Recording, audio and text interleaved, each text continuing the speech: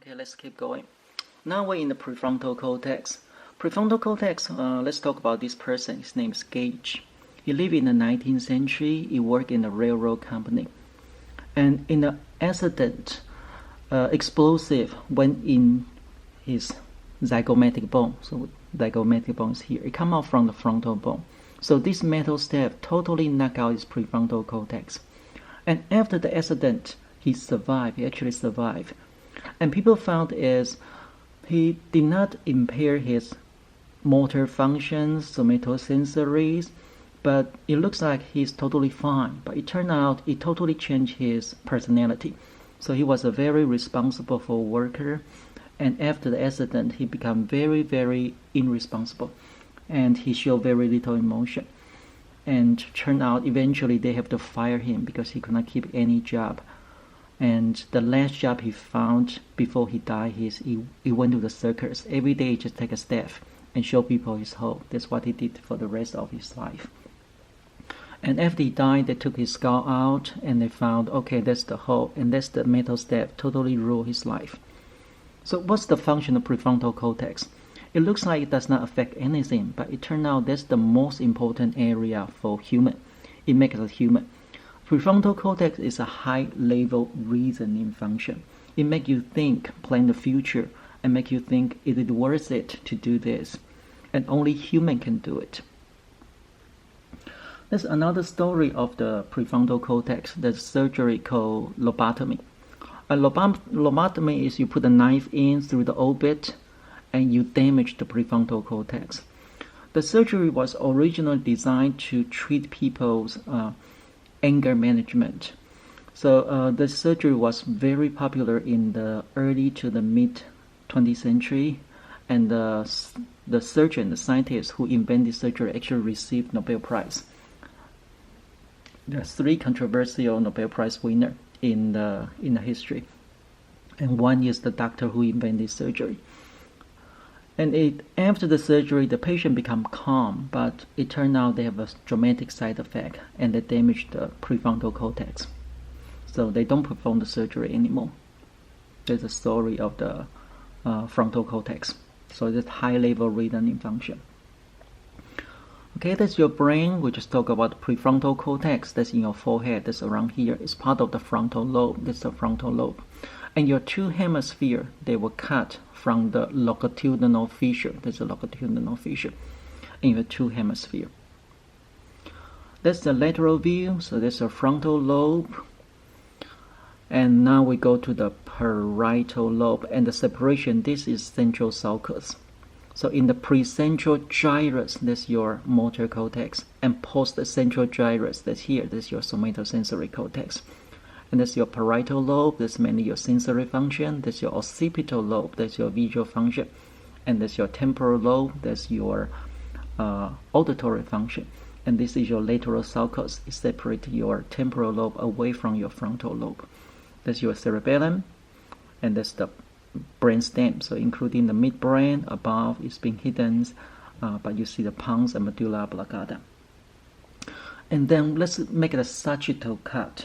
So when we have the sagittal cut, that's the one of the hemisphere. You found the 2 hemispheres, they were connected together only through this area called the corpus callosum.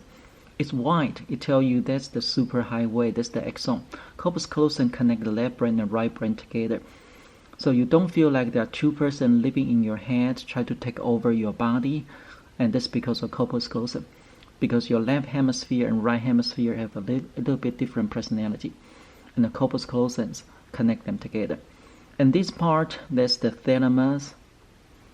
And now let's look at this triangle. This is the hypothalamus. So thalamus, hypothalamus. Hypothalamus, that's it control your endocrine center. When you go to here, they remove this. This is called the pituitary gland. It controls the pituitary gland. So that's your endocrine center. It also controls your body temperature, control your hunger, your thirst. Is all in the hypothalamus. And this area is called the epithalamus. Epithalamus has the most famous structure in the epithalamus is called the pineal gland. The pineal gland releases a hormone called melatonin, not melanin, melatonin. Melatonin controls your sleep-awake cycle. So you feel sleepy around 11. That's because around 11 p.m. They start to release melatonin, and around 6 a.m. melatonin start to decrease, and that's when you wake up. So you control your sleep-awake cycle. So this area, that's your brainstem, original brain area, including the midbrain, the pons, medulla oblongata, and that's your cerebellum. That's for balancing function. And the brain's covered with CSF, cerebrospinal fluid. That's a liquid about 200 mL. It's produced in the choroid plexus. That's in your ventricle. Ventricle are all those empty space inside the brain. And this liquid will cover your 4 ventricles and go to cover the outside in the subarachnoid area. On the outside of the brain, you have the CSF covered, provide a cushion function, and make the brain floated inside the liquid. So these are the ventricles. You have 2 lateral ventricles. Together, you go to the 3rd ventricle. 3rd ventricle is where your dicephalon, your thalamus, is located. And you will go through this mesencephalic aqueduct. You go to the 4th ventricle. 4th ventricle is between the cerebellum and the brainstem. It will keep going down through the central canal and will go to the whole spinal cord. It also comes outside, covered outside. So your brain, spinal cord, all covered by CSF. Now we reach the dicephalon. So dicephalons, you have the epithalamus, and we talk about the pineal gland. The thalamus. Thalamus is like a train station. So all the information go from your body to the spinal cord. From the spinal cord to the cerebral cortex have to go through the thalamus. And the information from your motor cortex will go through the thalamus and move out. Hypothalamus, we talk about this. This is a super important endocrine structure. It controls the pituitary gland and also control your hunger, your thirst. So that's your brainstem. Then that's the thalamus, that's dicephalon. Then this part is your brainstem. So you have the midbrain, the pons, medulla oblongata. So you found a lot of Roman number. These we call them cranial nerves. These are the nerves start from your brain and go outside. So most nerves, they come from spinal cord, but these are cranial nerves.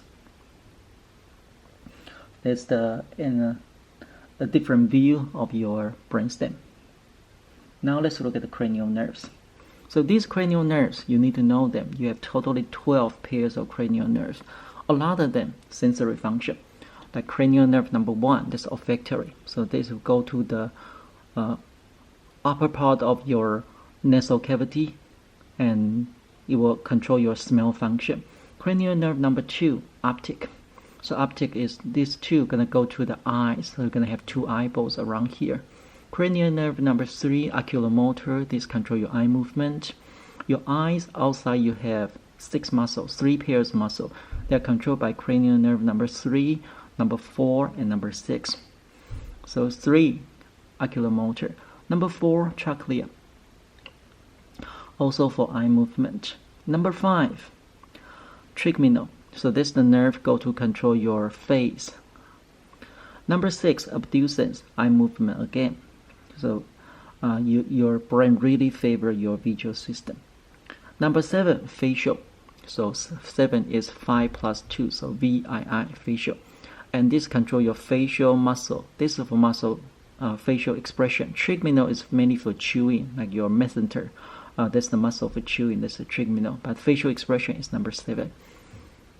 And number 8, important one, vestibular cochlea. That's the ones receive your auditory function.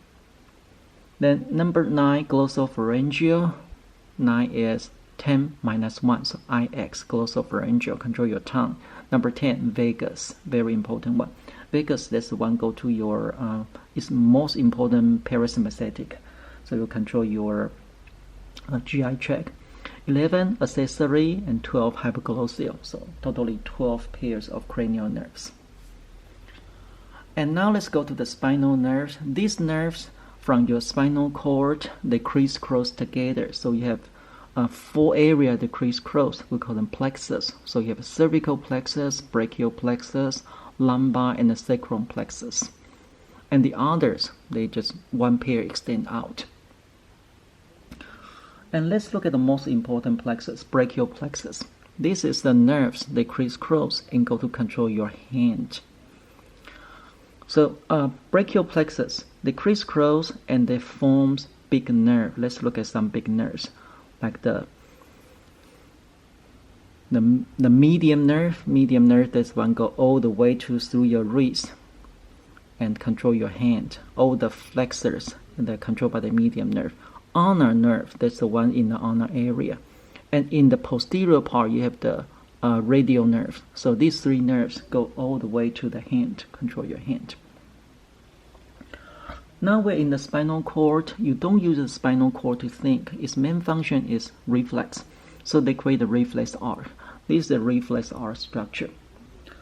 And let's look at the component. They only have 5 components. They have the receptor, usually in the skin, they pick up the information. You have the sensory neuron, send the information in. You have an interneuron, you have a motor neuron, and an effector. You only have 5 components, only these 5. So what's their function? The reflex, if they sometimes they only have one synapse, so-called the monosynaptic, and their function stretch reflex, muscle spindles. So their function is reflex. Reflex is something like you hit your knee and the sensory input goes through the sensory neuron. And this time they skip the interneuron. The sensory neuron directly innervate the motor neuron. So it is only we have one synapse. And go out and contract the muscle and you kick. This is the reflex. So the reflex is not for thinking. It's to shorten the time of the response, decrease the damage. That's the situation you use those reflex. Something damaged, you want to quickly move your hand back. You don't want to think. So you want to move your hands back before you think. And that's the function of the spinal cord, this reflex, decrease the damage. And if you have more than one synapse, they call the polysynaptic reflex. And here are some examples. So they have more than one synapse. It's called the polysynaptic. Function all the same. Reflex, decrease the damage, shorten the time of the response. And that's the function of the spinal cord. Okay, that's it.